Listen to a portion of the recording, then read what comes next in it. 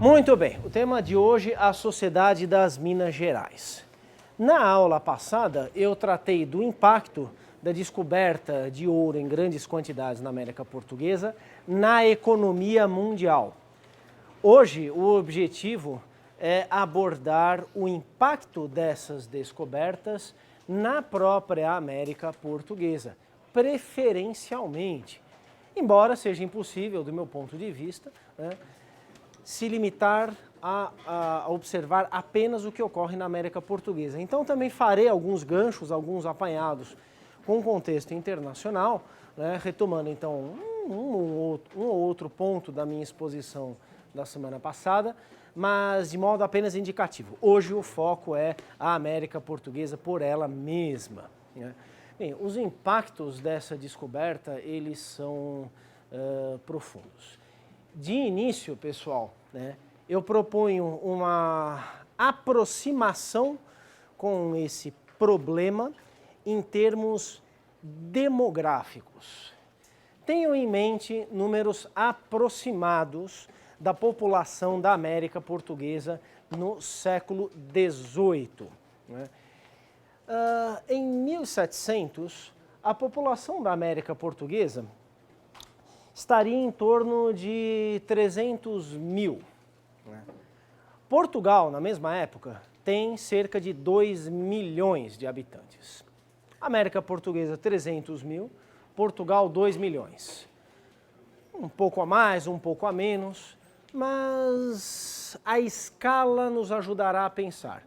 Isto é, o movimento desses números a partir de duas coordenadas. O que nos interessa aqui não é um número exato, não é um número preciso, inclusive porque nós não temos esse número. Essa estatística não é precisa para essa época. Mas a exemplo do que nós já fizemos na aula passada, lembram quando a gente brincou um pouquinho com as escalas então dessa produção do ouro e tiramos algumas conclusões, independentemente da precisão ou da imprecisão daqueles números, tendo dois marcos, dava para tirar conclusões significativas comparando um com o outro. Mesma coisa que eu estou fazendo aqui. Portugal tem cerca de 2 milhões de habitantes em 1700 e a América Portuguesa cerca de 300 mil. Nos 20 primeiros anos da mineração nas Minas Gerais, entre 1700 e 1720, Portugal perde por ano entre 5 a 6 mil pessoas que se dirigem para a América Portuguesa em função das Minas Gerais. Então, nesses 20 primeiros anos do século XVIII, Portugal perde a sua população entre 5 a 6 mil pessoas por ano para a América Portuguesa. Esse número aumenta entre 1720 e 1760, entre 8 e 10 mil habitantes de Portugal deixam o reino em direção às Minas Gerais. Mas o que isso quer dizer? São 2 milhões de habitantes, não parece ser tanta gente? Não, é muita gente. Tanto é que a população da América Portuguesa, em função desses fluxos migratórios de Portugal e também de fluxos, enfim, de outras partes, mas quer dizer, esse fluxo migratório de Portugal é um dos grandes responsáveis por essa movimentação geral da população da América Portuguesa, que implica então num crescimento populacional. Entre 1700, quer dizer, de 1700, esses 300 mil se convertem 60 anos depois em 1 milhão e 500 mil. Um crescimento substantivo, portanto, da população global da América Portuguesa, em função não exclusiva, mas de modo determinante, de modo muito preponderante, desse aumento da população das Minas Gerais. É um aumento rápido para a escala da época. A quantidade de gente que é muito baixa em comparação com as escalas do mundo de hoje, mas em comparação com os próprios termos da época, é uma movimentação demográfica muito acentuada. Aliás, pessoal, falando nisso, tenham em mente que o século XVIII implica uma grande modificação na história do mundo em termos de população. Sabe por quê? Porque a partir do século XVIII, a população mundial começa a crescer sem conhecer nenhuma queda significativa nos seus indicativos globais. Esse crescimento populacional, que tem início então de um modo seguro, de um modo firme, sem decréscimos, sem grandes instabilidades, no século XVIII, é responsável por essa verdadeira catástrofe que é o mundo atual em termos de quantidade de pessoas. Quantos são os habitantes? 7 milhões, é isso? Bilhões, 7 bilhões, não é? Acho que é 7. Enfim, a gente daqui a pouco erra, não, são 6, são 8, né? Como se 1 bilhão fosse um número qualquer. Isso, exatamente. Isso, até terminar o raciocínio já nasceram mais uns aí. Então. 7 bilhões de habitantes, né? Claro, a curva ela é muito acentuada no século XX, né? Mas no século XVIII é que tem início, então, esse crescimento para nunca mais abaixar. Até então, a tendência de crescimento da população humana, ela era mensurável a partir de um movimento com altos e baixos. Era uma espécie de uma média desses períodos de crescimento, que estabelecia, então, uma vantagem em relação aos períodos de decréscimo. Bom, as Minas Gerais são um pedacinho disso. Na verdade, aí não há um crescimento de pessoas, há mais um deslocamento de pessoas. Esse deslocamento de Portugal e também esse deslocamento dentro da própria América Portuguesa, que não implica aí, obviamente, um aumento das estatísticas ou dessa aproximação populacional da própria América Portuguesa. Como quer que seja, né, há deslocamento, então, de pessoas de Pernambuco, do Recôncavo Baiano, do Rio de Janeiro, que são os principais centros urbanos dessa América Portuguesa, até o advento das Minas Gerais. Isso para começo de conversa. A partir desses números de população, né, afinal de contas, se nós fazemos história, estamos sempre falando de pessoas, esses números, a quantidade de gente, ela tem que ser sempre pressuposto para as nossas análises históricas. Qual que é a escala da população humana a qual nós estamos nos referindo e que subjace, então, aos processos, aos acontecimentos que nós estamos observando? Essa é uma questão inescapável. Tendo isso em mente, nós podemos começar, então, a indicar alguns impactos mais práticos, alguns impactos de ordem material na vida desses habitantes da América Portuguesa. Bem, a descoberta do ouro nas Minas Gerais, né, implica de imediato crescimento populacional, implica de imediato ocupação territorial, né, em regiões até então não habitadas de modo extensivo por europeus e seus descendentes. Implica, né, a abertura de um mercado consumidor para gêneros de subsistência. O grosso do que as pessoas comem em Minas Gerais vem de fora das Minas Gerais. Tem roça, criação de mantimentos, enfim, agricultura para subsistência, mas isso é pouco. A maioria da subsistência das Minas Gerais vem de fora das Minas Gerais. Há também a abertura de um mercado consumidor por escravos africanos. As Minas Gerais dinamizam o tráfico de escravos, seja aquele originário da Guiné, seja aquele originário de Angola. Há um aumento, então, do abastecimento de escravos africanos para o Brasil. As Minas Gerais implicam também muito rapidamente, né, no esvaziamento parcial de outros setores produtivos da colônia. Me refiro principalmente ao setor açucareiro. O setor açucareiro sofre impacto negativo desse advento rápido da mineração nas Minas Gerais. Há um deslocamento de pessoas, há transferência de recursos e há também uma concentração do abastecimento de escravos em Minas Gerais, em detrimento dessas outras regiões. Também é consequência disso tudo, inflação. Os produtos têm os seus preços aumentados. Esses produtos, então, que correm para as Minas Gerais, esses gêneros de consumo nas Minas Gerais e inclusive os escravos.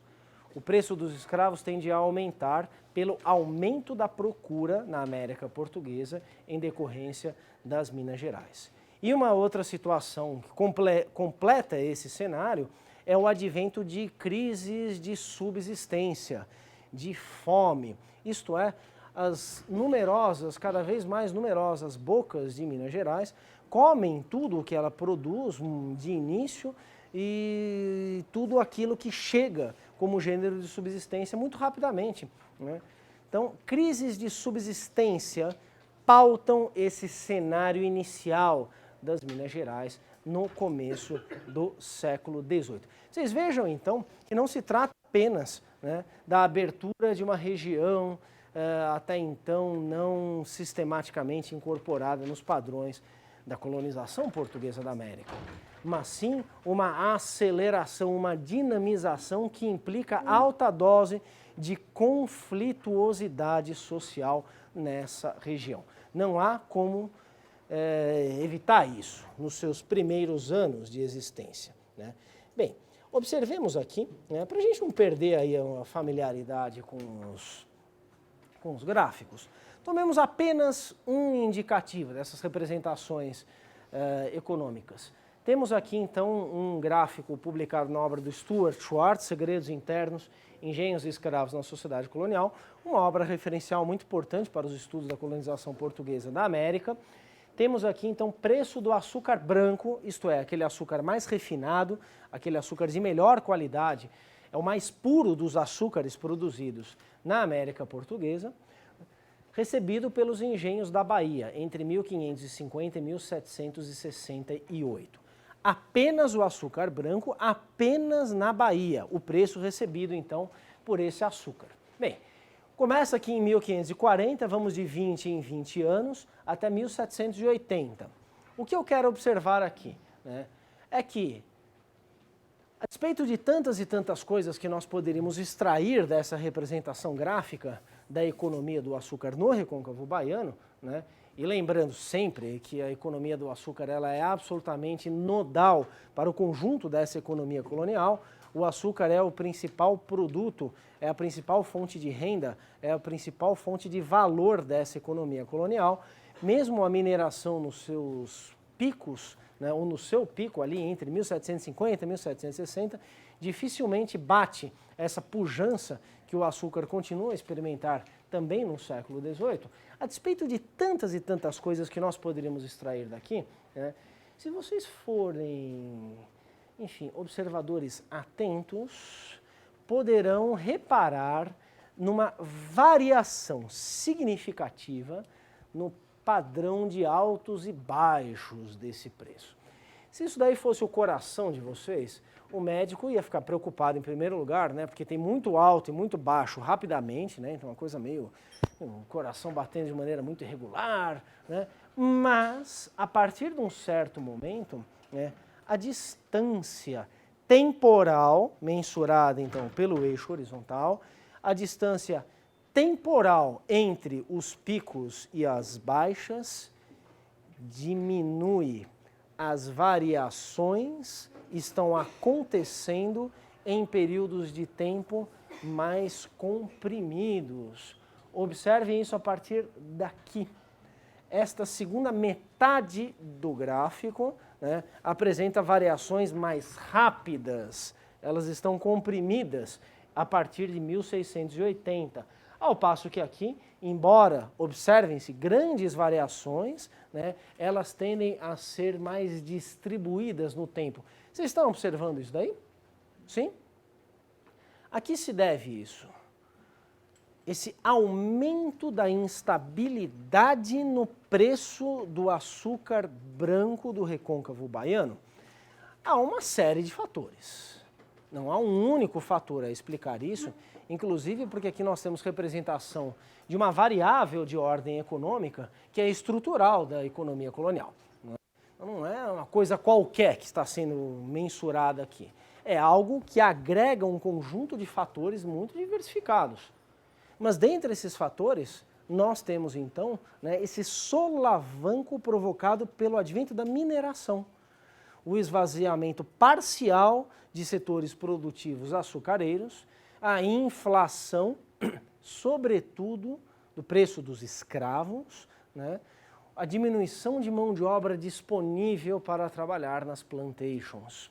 Temos aí, então, né, um impacto em termos de um aumento de uma estabilidade que nós poderíamos caracterizar como presente em todo esse cenário.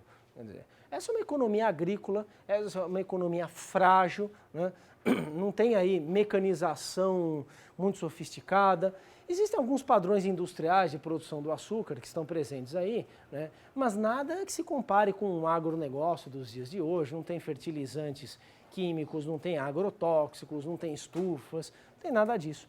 É uma economia agrícola, é uma economia, portanto, sujeita às intempéries, inclusive, talvez principalmente, da natureza. É uma economia, então, que se desestabiliza facilmente. No entanto, nós vemos que essa desestabilização, se não completa, mas pelo menos em termos dessas diferenças entre os picos e as baixas, né, essa instabilidade aumenta a partir de 1680, 1690. Temos aí a mineração. Os grandes conflitos políticos, militares da Europa tendem a reverberar nos ambientes coloniais. Tendem.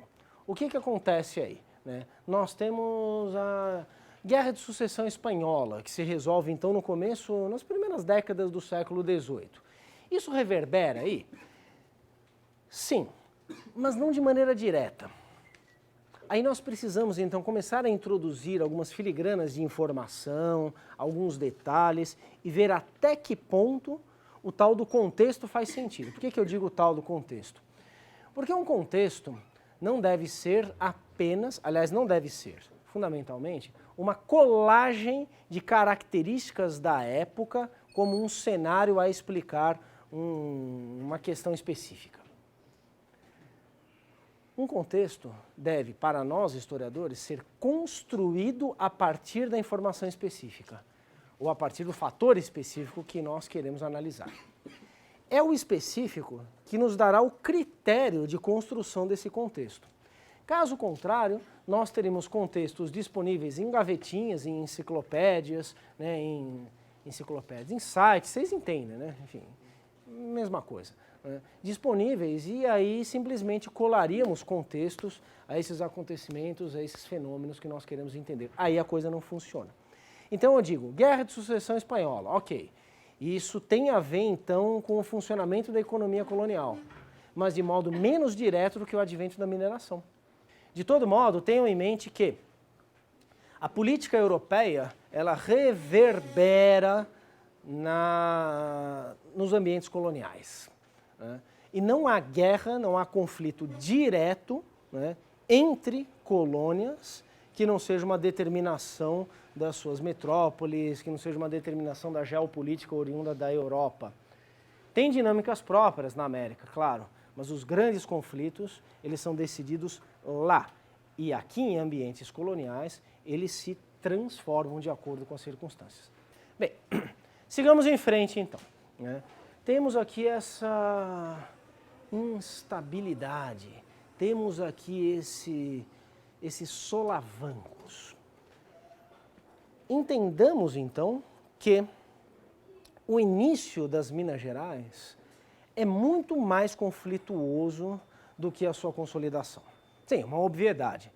Mas isso funciona na medida em que eu quero periodizar agora a história das Minas Gerais em termos dessa conflituosidade. Os primeiros 20 anos das Minas Gerais são de profunda instabilidade política, econômica e, portanto, social. Os primeiros 20 anos. Não por um acaso, nós temos então nesses 20 anos um grande fluxo de pessoas que muito rapidamente se dirige para aquela região, né, onde estão sendo descobertos esses filões de ouro, né, Muito rapidamente, muita gente se desloca para lá, são criados, então, aglomerados urbanos, né? E as autoridades formais imperiais demoram a se instalar. Não que elas se instalarão de modo definitivo e absoluto, porque, enfim, conforme nós já discutimos no semestre passado, enfim, e mesmo quem não fez meu curso talvez já tenha lido a esse respeito, não existe autoridade metropolitana que seja absoluta em ambiente colonial. Isso nunca houve. Isto é, as formas de administrar um império plural, multifacetado, enfim, global como o Império Português, passavam necessariamente pela concessão de poderes autônomos. Sem essa concessão deliberada, não haveria como funcionar um governo à distância. Não há nenhuma pretensão, então, da parte da coroa de se tornar um governo absoluto, de se tornar um governo direto, né? A coroa desde sempre sabe que as concessões desses espaços de autonomia são absolutamente fundamentais para o bom funcionamento. Mas como quer que seja, é necessário instituir essa autoridade colonial nessas Minas Gerais, porque trata-se de um espaço novo, do nada. Esses 20 primeiros anos, então, essa autoridade ela é bastante escassa. Temos aí, por exemplo,